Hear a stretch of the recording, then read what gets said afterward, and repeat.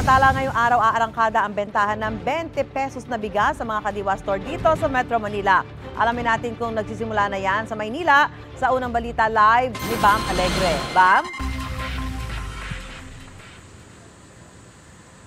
Susan, good morning! Bukas na yung Kadiwa Store dito sa San Andres, Maynila at inaabangan din ng mga suki yung rollout nitong 20 pesos per kilo na bigas ng Department of Agriculture pero nagkaroon ng aberya sa plano ng gobyerno.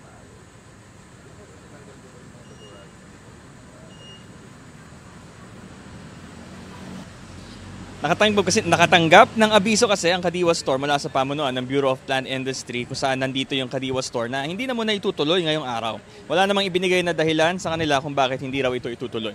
Kaya ngayon ang mabibiling bigas muna dito ang 29 pesos kada kilo na mula Region 2 at 35 pesos na imported na bigas mula Vietnam.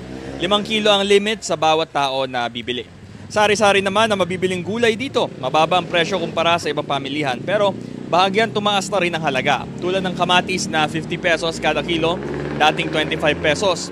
Repolyo na 100 pesos na ngayon kada kilo, dating 65 pesos. At talong na 90 pesos per kilo ngayon, dating 60 pesos. Makakabili rin dito ng itlog, 9 pesos kada piraso at 15 pesos sa itlog na maalat. Pakinggan natin yung pahayag ng isa sa mga nagtitinda rito sa Kadiwa Store. Kinancel po. Kinancel po muna, sabi, baka mag-schedule pa. Ano dahilan? Bakit daw kinancel? Ay, hindi po sinabi sa amin.